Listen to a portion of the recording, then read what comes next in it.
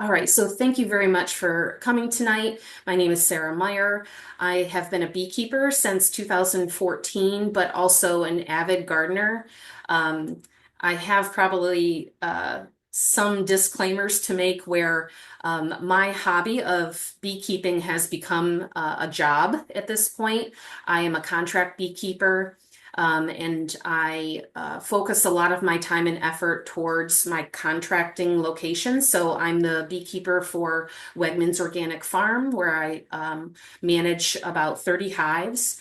And I also have a contract with Casella Waste Management in Stanley or the Ontario County landfill. I started at their Chemung County landfill in 2019 and currently work on a couple hives they host in Stanley. I also have hives of my own. I have about a handful, 5 or 6, depending on how winter treats me. But my business is Workers Ransom Honey, and I spend a lot of time beekeeping. So I love it, but also it is not my full-time job. That this is kind of a labor of love and also a way in which I can make beekeeping somewhat fruitful for my financial reasons and more secure so that I can keep doing it. So I've done it for about 10 years. And then in terms of gardening, unfortunately, it's had to take a little bit of the back seat. I still love gardening and I'm definitely committed to it, but my focus and my efforts have shifted over time, where I'm probably a little rusty with my gardening, but still knowledgeable. And I will share tonight how I blend my beekeeping and my care of my hives and what the hives are doing throughout the seasons so that they are having the most opportunity to gather and pollinate nectar and pollinate plants, especially in your vegetable gardens. How do I advance here? There we go. So I wanted to first start out. I have a couple props here, but this is your standard teaspoon, okay? And my grandfather passed away quite some time ago, but he has these adorable um, measuring spoons. This one is called Pinch, and I have a smidgen, a drop, a tad, and a dash. And so on these spoons, but this one is actually a pinch. And there are 12 pinches, or 1/12 of a teaspoon is what amount of honey a one bee makes in its entire lifetime. So if you try to think of that to scale, that is a very small amount of honey for an entire lifetime of a bee. But then also it's to fill one of these bottles. It's 12 ounces or 8 fluid ounces. So it's amazing the amount of effort that and number of bees in lifetimes have to work to gather this nectar and to make honey for us to enjoy. But also, I'm going to talk about tonight a little bit of the other benefits to pollinators, not just honeybees, but also benefits that they provide us in our gardens. Um, I'm hoping this works. I apologize for a little bit of glitchiness, but I wanted to give you this experience. And if my video doesn't play, the backup experience that I'm having on this slide is the picture of the mouse, not my mouse, of the queen bee. So I'm not sure in the audience how many people are familiar with honeybees or even are beekeepers themselves, but there is typically one queen bee in a colony. And as you can see by this image, it looks a little bit different from all the other bees. So it's challenging to find that one queen bee in the colony when you're looking at literally tens of thousands of bees in a hive, but it's a very special experience to be able to find the queen. Now I'm going to try to play this video and yes, okay. Can you still see this video playing? Nod if you can, Patty. Can you see the video? I can just see the main screen, but I don't see any motion, no video, Oh, just a bummer. screenshot. Okay, all right. Well, I'll share that. I just don't want to mess up well, maybe I already did. Sorry, guys. Now do you see my screen of the queen? Now I'm only seeing all the participants. Oh dear. We've Okay. lost your screen. Okay. All right. Bear with me, folks. Okay. We're gonna try this. All right. Well, I guess that took me to the too high a tech limits. All right. We're gonna settle with enjoying the picture of the queen bee.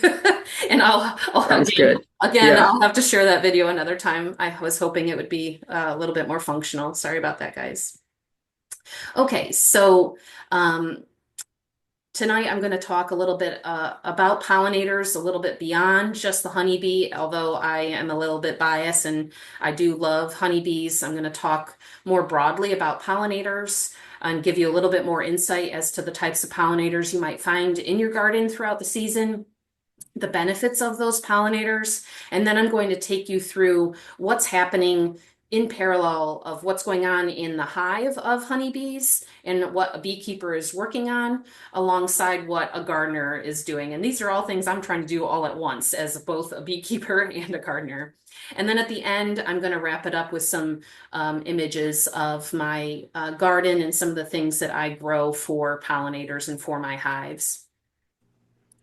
I should have mentioned this earlier, but if you do have questions, please use the chat feature. I'm going to refer to that at the end just to keep things simple and not distracted by um, all of the pings that are going on my screen at once. So, okay. So, in terms of in general pollinators, there's an estimated to be about 416 species of bees just in New York alone. And I've seen estimates up to 450. I'm sure there's some distinguishment between identifying those bee species, but there are also 47 genera in New York State alone. Most of them are native, with only about 21 or so being non-native. And the majority of the bees, and again, there are more pollinators beyond just bees, but when it does come to bees as pollinators, 54% of them in New York State are either digger bees, ground nesting, solitary bees. Honeybees are actually an introduced species. They are non-native to New York State. They were introduced in colonial times when the United States was originally settled, brought over from Europe as a source of sweetener or for honey. So they are eusocial bees, and 19% of those bees that I mentioned in New York State are eusocial, meaning that there's a single female, and I showed you the image of the queen, that produces the offspring of that colony. And all of the other bees, the worker bees, and there are also drone bees in a beehive, a honeybee hive, that cooperate together to care for the young of that one queen bee. So bumblebees and honeybees are actually the two types of eusocial bees that are here in New York State. This is a great image, just showing some of the diversity of the bees that are out there pollinating our gardens.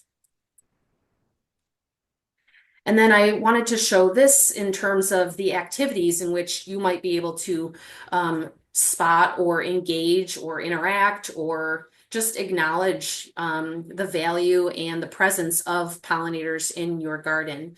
I want to bring attention to not only bees in the last slide, but this also highlights different pollinators such as bats and birds and moths and butterflies.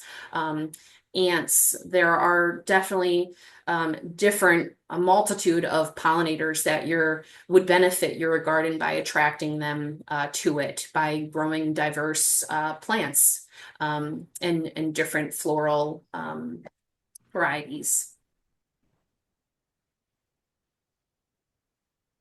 Unfortunately, the move that.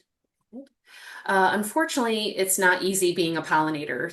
The threats to pollinators, this specifically pertains to honeybees. I've experienced that and have seen some of the impacts of these threats to pollinators. But as you can imagine, the other pollinators that I mentioned, the birds, moths, bats, they are all having some threat or challenges coping with some of the changes that are taking place in our ecosystem, such as changes in our climate, extreme temperatures, fragmentation in habitat, pests, parasites, and pathogens. I deal repetitively, routinely with a parasite called the varroa mite that is just destructive to a honeybee colony, and it's constant management to keep their numbers low so that the bees can thrive.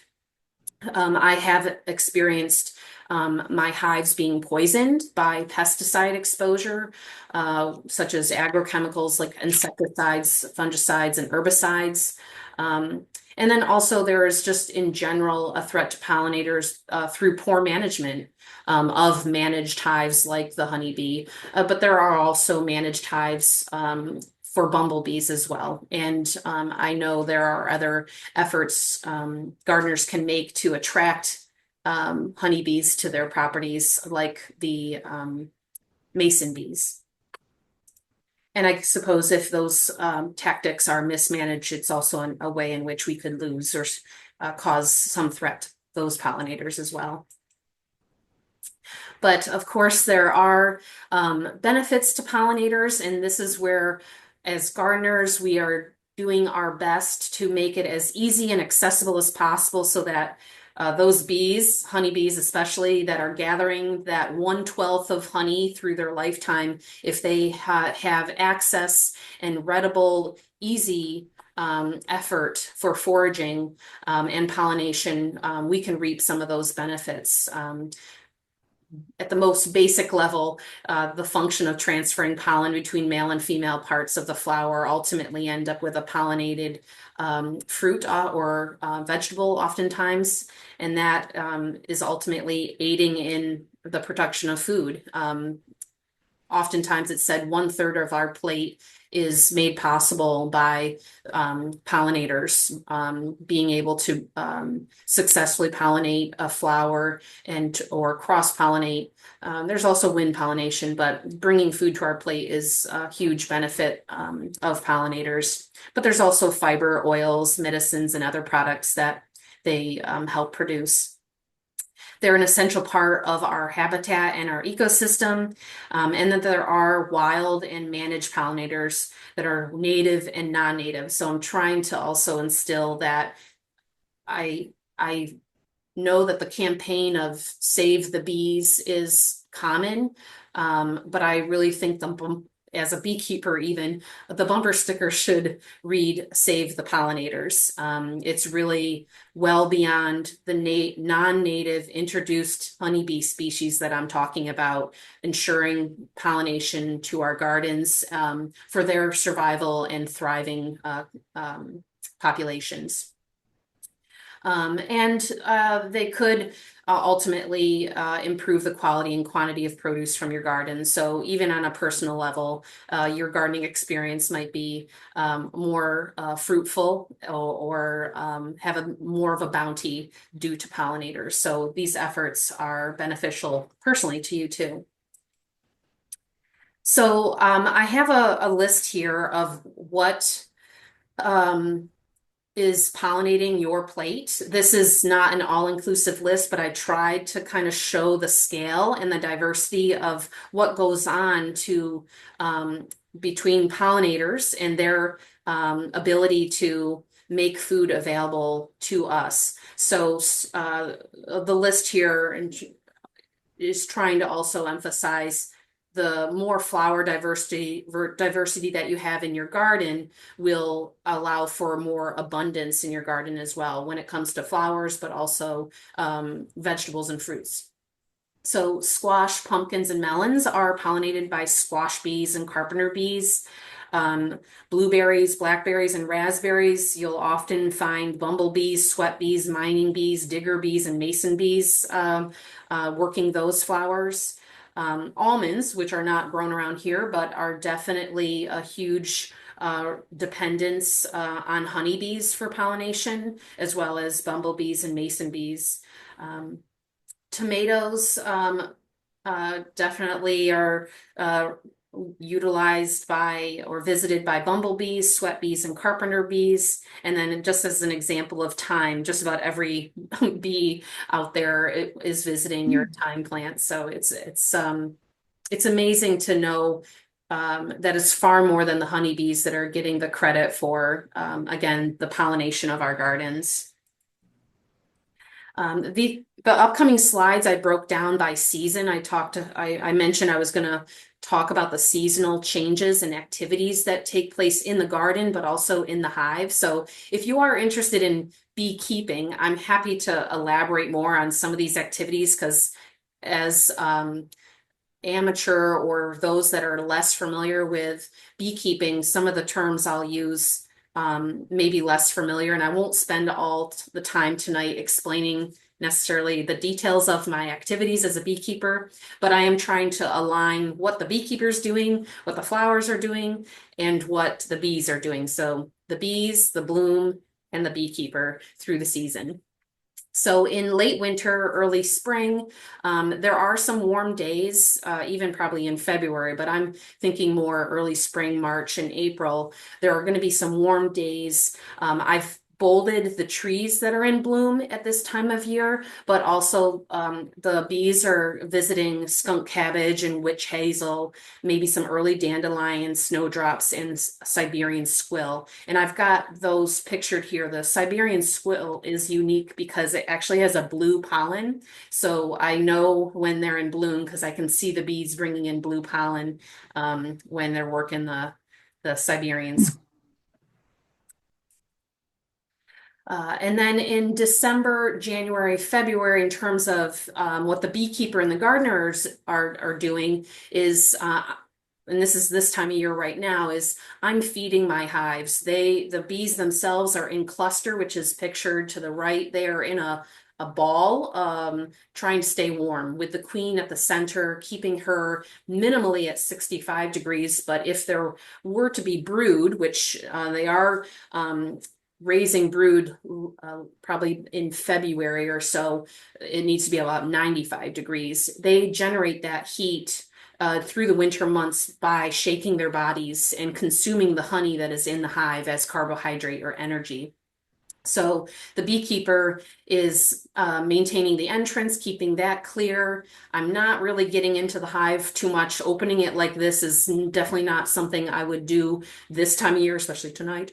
But I'm taking inventory of equipment very similar to a gardener. This time of year, you're kind of looking like, okay, what tools do I need to replace? Do I have all the supplies that I need? Maybe I need to purchase some seeds, sharpen tools and really start thinking about how you want to lay out your garden.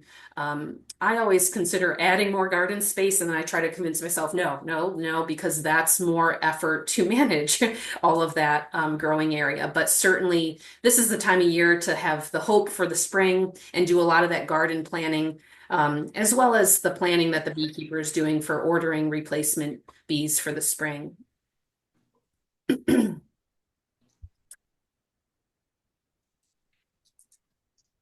So in early spring, again, I've highlighted or bolded the trees that are being visited by honeybees.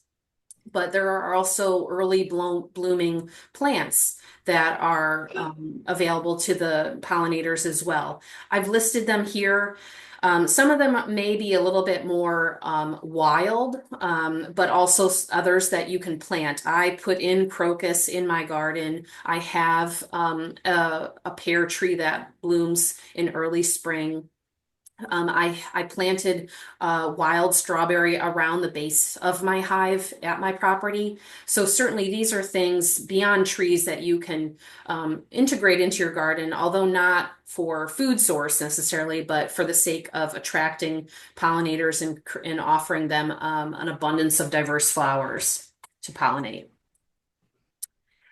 Late spring, um, you'll see black locust, cherry, catalpa, chestnut, and maples. Um, the fruiting trees are blossoming in later spring, as well as those berries. I grow raspberries on my property, and the pictures here are all from my property and the gardens that I grow on my around my house. I should say too, I live on a quarter acre, so I don't have a huge piece of property, but I try to keep it as diverse as possible. And this list again could be planting your lawn with clover or using that as a cover crop for space or rows. I know vineyards oftentimes plant clover in between grapes. And although grapes are not necessarily pollinated by an insect, the the value is the clover that's in between the windrows and the rows of grapes. So things to think about how you can integrate this in your planted areas or even in hedgerows or borders and things of that nature. And then in that early spring, March, April, May, the beekeepers on warm days are maybe able to do an inspection. What an inspection means of a hive is that I'm going in to make sure I see eggs or I see a queen. I'm taking a status of how much honey they have left. They might need more feed. Later, I would say in mid-May around Mother's Day, I'm installing new colonies. We call them nukes, but I install them and feed them. And I have noted here, feed 1 to 1. 1 to 1 is a sugar syrup of 1 part sugar to 1 part water. So 1 cup to 1 cup. And I make large quantities of sugar syrup in spring. In the fall, it's 2 to 1. 2 cups of sugar to 1 cup. And it's a little bit thicker and it takes a little bit less effort for the bees to um, dry it out and be able to consume it. And it's less moisture in the hive in the fall when it's 2 to 1. But I'm monitoring their space. This is when they're really starting to grow in the spring. So if they need more space, I'm adding boxes. And when it comes to the gardener, what they're doing is you're planting your pollinator seeds or starting seeds indoors. You're planting your cold tolerant vegetables, maybe like a kale or some hardy greens in your possible cold frames or in sunny areas of your garden, or any plants that kind of need more of that hardening off of the seed. Strawberries and blackberries are definitely something that you're kind of focusing on and making sure you're getting those established. I would say my strawberries are, I have a variety that produces strawberries in September. So it may not be, it may be based on the variety that you have, but also my raspberries, I get 2 harvests out of my raspberries. So fruiting plants are something to consider. Um, and your heat tolerant vegetables, you're wanting to put those in once frost has passed. The last frost, I would say, is usually mid-May. Everyone's out buying plants and waiting for the temperatures to warm up to put plants in the ground, but you're wanting to be cautious and monitoring those plants that are more tolerant to the cold if you're planning to put them in, and then waiting on the ones that are not. And then you're pruning, dividing perennials, adding compost, and determining what's the appropriate planting times for your selection. It's hard to be specific, but it's really dependent on the type of plant that you're wanting to put in and incorporate into your garden space. For early summer, this is what's in bloom on my property. I mean, there's always milkweed. Some people choose not to have that in their planted garden. It can kind of get away from you a little bit. I have a place that I allow it, and if it's anywhere else, it's not allowed. Also for goldenrod, I have a designated space it's allowed, and if I find it anywhere else, it's not allowed because it spreads so readily and by wind. So I catch it early if I do find any sprouts. Lupin and irises and columbine are ones that are coming out and blooming for pollinators in my garden. Again, I've bolded the trees that are offering nectar to the pollinators, but the list is there, and some of them are more, you know. Um, for beautification of the garden. Others are more functional for pollinators, but it really kind of you have to pick and choose what kind of garden you're working on. Some of them are a little bit more wild and more select for ground cover or height and dimension. And then in midsummer, the plants that are trees are kind of coming down in terms of available nectar for pollinators, but the flowers are definitely peaking midsummer. So the list goes on here. Again, you're welcome to ask questions in the chat. Some of these are more wild, others are more, I guess, conventional or more decorative. I'm not varietals and things of that nature you'd maybe find at a shop. I try to incorporate natives, so there is a bee balm, and I have lavender. Thistle is persistent in my garden, even though I try to control that a bit. And nasturtium. I love nasturtium for the sake of its edible flower as well as borage in the upper right. Both of those edible flowers are beautiful on the plate and great for pollinators in the garden. And then what's going on in the hive for the beekeeper and the bees in that same summer, those summer months, I'm doing inspections. I'm making sure those varroa mites that I mentioned, the parasitic varroa mite is under control. I might be offering or applying some treatments. I'm monitoring the hive for swarming, which is their natural way of controlling their population size. And if it gets to be too big for the space that they have, they split themselves, make a new queen, and part in half. And that's a natural way the eusocial bees control their own population. Also in likely August, I'm taking off honey supers and extracting some of those boxes of honey and putting empty supers on for a fall honey flow. And when it comes to the garden, the gardener is, definitely doing some planting of those warm temperature loving plants, tomatoes, peppers, cucumbers. They seem to thrive in the heat. You're harvesting your cool season crops planted in early spring, maybe working through some of your succession planting. On the right-hand side of the slide, a great resource I'd refer you to is Fruition Seeds. They're located in Naples, and they used to be a seed company, and now they are more community-based and interested in education and supporting food security in the Finger Lakes communities. But they do have great printed materials and guides. This is an example of how they've laid out. The yellow is when you should start. For example, basil and dill is on the top of the list there. So in May, you should start indoors your basil and dill. And they've kind of staggered and instructed and guided you as to what you should be doing. So in May, you're direct seeding carrots. You're not starting them indoors.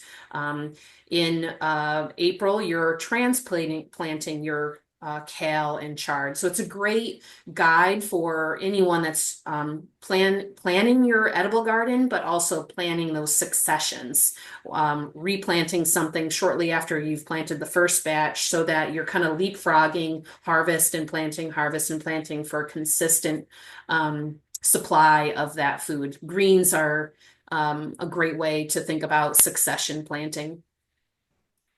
So yes, fruition seeds, I recommend you referring to their guides for doing that and managing your garden, and again, ensuring that there's always something to be pollinated. And then this is unique to the season as well.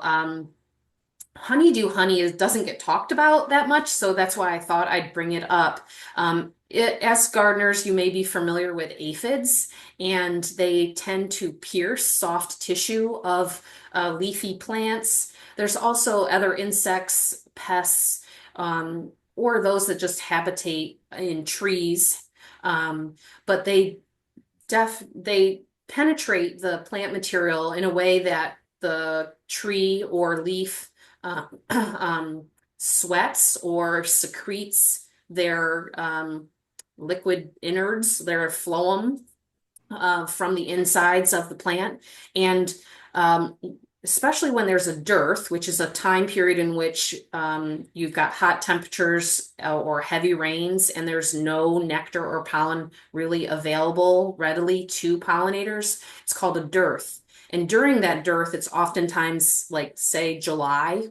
It's harder for pollinators to find nectar and honey, especially honeybees. So they're not really they're struggling. So oftentimes they're looking for honeydew off of plants. It might be a damage to a tree where the sap from like an ash or a basswood and so on, I've got them listed here, have an injury or susceptible opening, and the honeybees can actually collect the sap and make or liquid juices of a plant and make honey out of that. It's called honeydew honey. It's unique.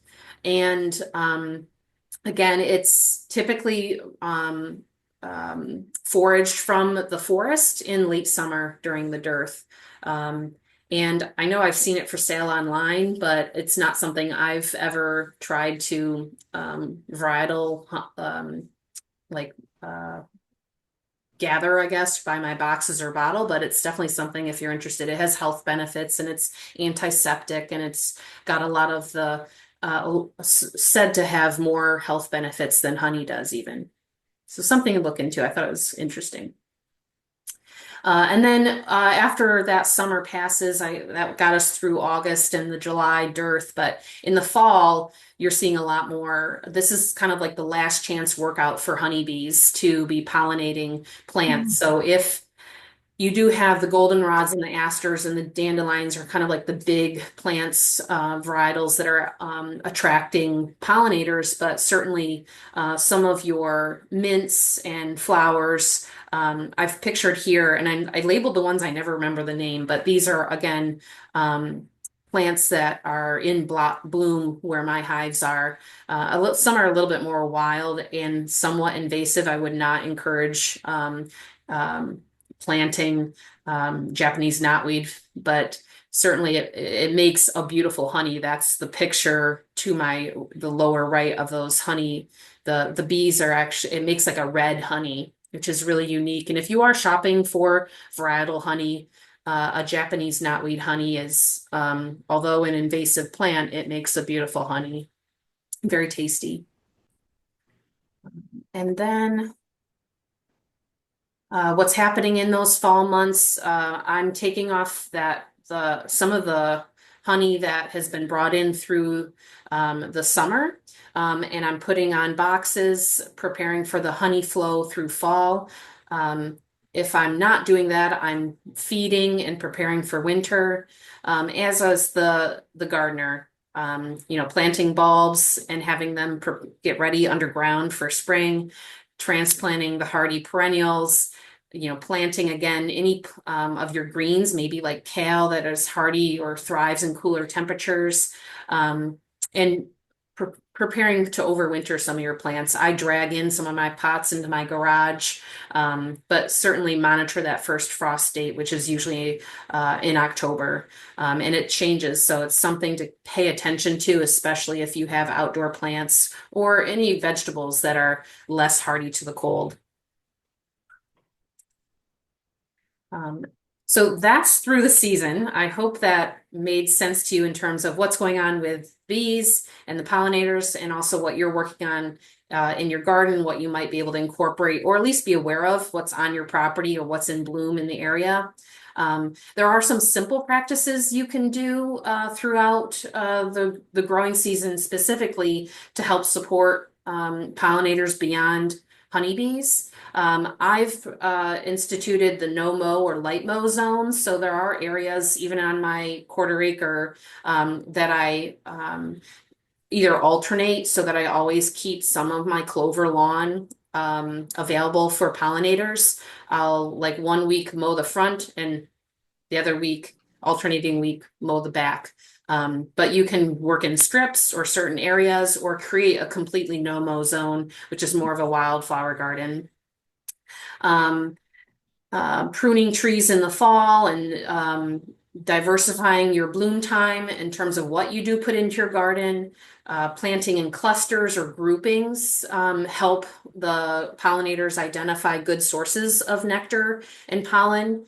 Um, there's an image here with some marbles, but that's what I put out on my porch to help bees find a water source, especially during a really dry spell of summertime. They do collect water and use water to cool their hives, as well as other insects do too. So they need water to live. So I put a waterer out.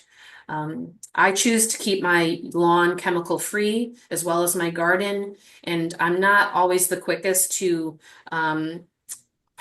pick and remove or spray even weeds, being that the flower can benefit the pollinators. So I oftentimes, knowing that my practices or simple practices can sometimes not be appealing to the curb appeal, I guess, I gift honey to my neighbors to try to appease them. I do get questions as to what some of my practices are for and why I'm doing them, but being able to explain to them that it's for pollinators and it's for increasing the abundance and the bounty of my garden. Of course, they appreciate a bottle of honey too, but it's really a great gift to, supporting a local beekeeper and giving a gift of honey. So I'm going to finish up. I know I'm pretty good on time. We should conclude around 8:30 and maybe even before, but I'm just having a couple slides here showing my property. There's a lot going on, and I do not want to give a false impression that this is a well-maintained, managed, manicured lawn or property. I have a very, very hard time sharing my energy between beekeeping and garden management. So I have a lot of forgiveness for clean edges and anything well manicured. I try to do catch up. It's a lot of work, and I'm a realistic gardener. I get very overwhelmed, but primarily in the front, I do flowers and perennials. I find it easier to maintain planting perennials. And I've shown some pictures earlier on, but I do have a cherry tree. You can see my hive. The cherry tree is the one on the left that's pink, and then the green one by the house in the hive is actually a Bartlett pear tree that I have. And then these are pictures of some of the gardens I have. Daffodils. I'm always, mountain bluet is the lower left-hand corner, mountain bluet. Begonias and irises and lupin are all, I do have some hanging baskets that do take a lot. They take more maintenance because I have to water them, but I like them as something to have. And I've found that the begonias are very tolerant of kind of the drier soil at times that I neglect them. Along the garage, I have raspberries. In my two beds, I plant garlic. Um, I'm not sure if you can see my mouse moving, but by the sunshades and those two posts, I actually grow hops. And I use that as kind of like a visual screen because my neighbors are in the backyard and to my left and right. So I try to create some privacy screening with hops growing up the rope that's suspended from that bar. And this is another angle from the front, but I've got butterfly bush and just a variety of different, I mean, I do have hostas and lupin and irises. I'm forgetting some of the names of all of the plants, but it's a simple garden. It's not too extravagant or unique. I have grown some sunflowers just randomly in the front garden. I included this image because this is honey that was harvested from my Geneva home. And I'm not sure if you can see it from your screen well enough, but there's subtle differences in the color of that honey, and that's due to the types of flowers that the bees were collecting nectar from throughout the season. Mm. And I did a few years ago, Oh, and this is called a veg trug on the right. And I know I work with what I have, so that's an old shower curtain and a cold frame bar. But this is this the one the image on the right was taken early spring, so I'm trying to protect it on cold nights by draping the shower curtain back over it. But I have some of the transplants that I'm trying to harden off for eventual planting in the ground. Um, but this past year, I put all snapdragons and basil in my veg trug. I bought this from William and Sonoma like 10 years ago, and it's wonderful. I love it. You might be able to find it other places now, but it was very reasonable. And again, I'm trying to create a visual kind of screen from my neighbors in the backyard. It kind of just drops off my deck right there into their backyard, a few hundred, like maybe 100 yards away. So I just try to keep things kind of compartmentalized or secluded so that they're not in my business when I'm sitting in my on my deck. And then I just have lacking of space. So I creatively use buckets for my tomatoes, and you can kind of see the hops going up the side there. I just plant wherever I can in felt bags. I love rhubarb. I've got coneflower around the edge of that decking. So there's a mixture of um, vegetables and flowers, I should say. And yeah, ultimately it's to help the pollinators and to produce a product that is my workers' ransom honey.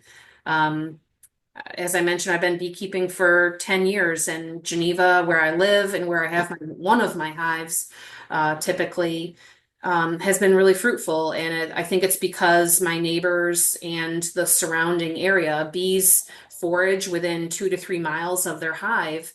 I do have neighbors that use True Green and other chemical applications, which is discouraging, but I still think that by planting a garden or having such a display and a demonstration of what a garden could be like, and a positive result of bees that are producing honey from the neighborhood, it's a good feeling that hopefully they can be kind of convinced that gardening might be something they want to pick up. So um, I welcome questions. I'm going to look at the chat. I see there's only one there, but I'm going to open up that window and just see. But if there are still folks on the call, there's about 29 of them. I'm going to look at the chat and just see. Um, oh, okay. So Kathy said that she learned about the program at the Rochester DNC paper. So I appreciate specifying that. I know it's a little broad in the poll and may not have been specific to the newspaper. Can you put the video link, which reminds me I should stop the video. Stop